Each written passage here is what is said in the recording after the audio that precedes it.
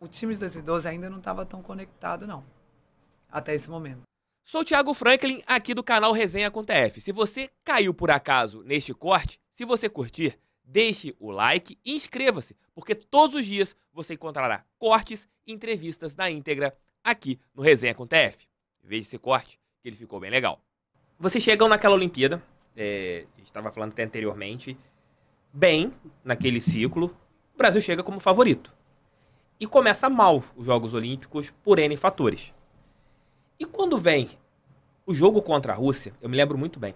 Eu tava almoçando naquele dia, eu tirei 3 horas e meia de almoço. Não sei por quê, tirei 3 horas e meia de almoço, que foi o tempo do jogo, eu fiquei ali acompanhando aquela partida lá em Londres. Voltei pro serviço como se nada tivesse acontecido. Não, demorou o almoço a ficar pronto. 3 horas, demorou 3 horas e meia. Mas foi uma partida muito bizarra, assim, em relação a tudo que aconteceu. A parte emocional, a parte de disputa, ao que foi o jogo, ao que você tinha em relação à disputa. Quando o Brasil passa a Rússia em relação a tudo que tinha acontecido antes, aquele turbilhão de emoções, ali você falou assim, cara, ninguém tira essa medalha da gente, não. De nenhuma maneira ninguém tira essa medalha da gente. Vê isso na sua cabeça? Então, ali a gente ainda tinha um pouco de uma certa dúvida, porque assim, quando a gente chegou, a primeira pergunta que você fez foi sobre a pressão, né? Sobre a pressão que a gente sente, que a gente passa. O brasileiro, ele é extremamente imediatista. Se você tá bem, você é maravilhoso. Se você perde, você já não vale mais nada no mesmo segundo em que você era maravilhoso. Então, é preciso ter um psicológico muito forte e manter o nosso time muito unido. Quando aconteceu aquele jogo fatídico contra a Coreia, que nós perdemos 3-0, a gente estava no vestiário e foi um momento, né, muito difícil, onde todas nós, cada uma de nós, estávamos sofrendo individualmente. Foi muito doido. Ainda bem que a gente teve tempo ainda, porque o time de 2012 ainda não estava tão conectado, não, até esse momento. E talvez fosse o chacoalhão que Deus deu na gente, sabe? Assim, ó, ainda dá tempo. Mas ou vocês mudam de atitude dentro do time, como um time, ou vão tomar porrada. Pareceu isso, porque a gente estava no vestiário naquela tristeza toda.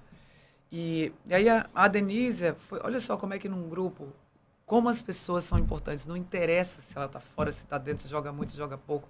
Né? A participação em qualquer equipe, né? Em qualquer grupo,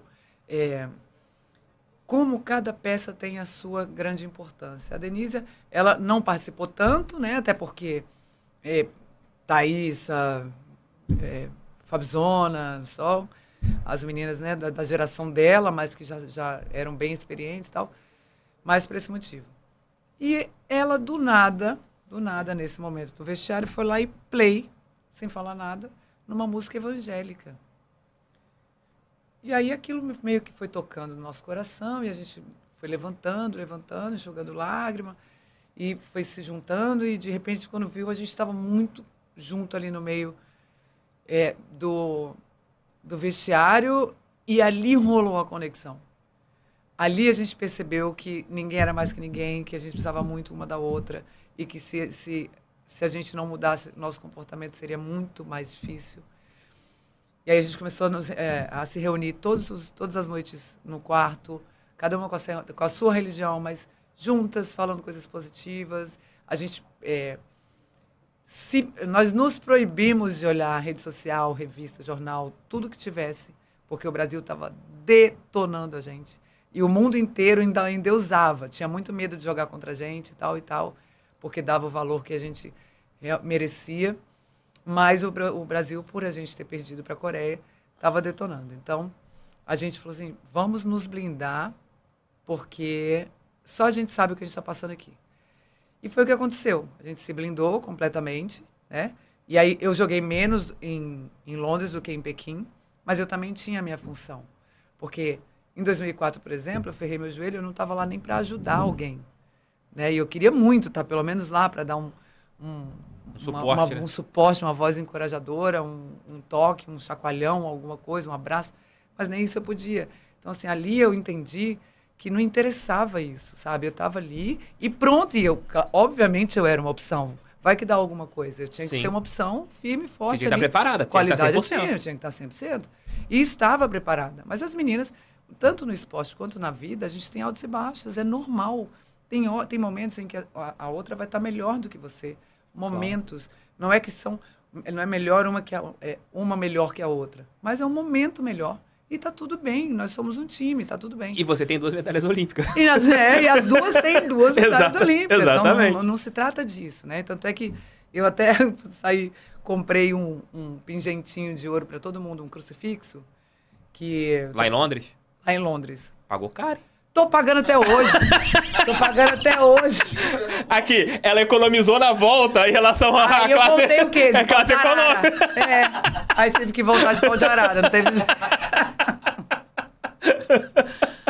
Tô pagando até hoje. Mas a questão foi que... acho que aquilo simbolizava que todas nós somos iguais, que todas nós precisávamos umas das outras e que tinha uma coisa maior do que todas nós, que era a fé que a gente tinha que ter em nós mesmas, entendeu? Nós, em Deus, cada um na sua religião, mas fé, muita fé de que tudo ia dar certo.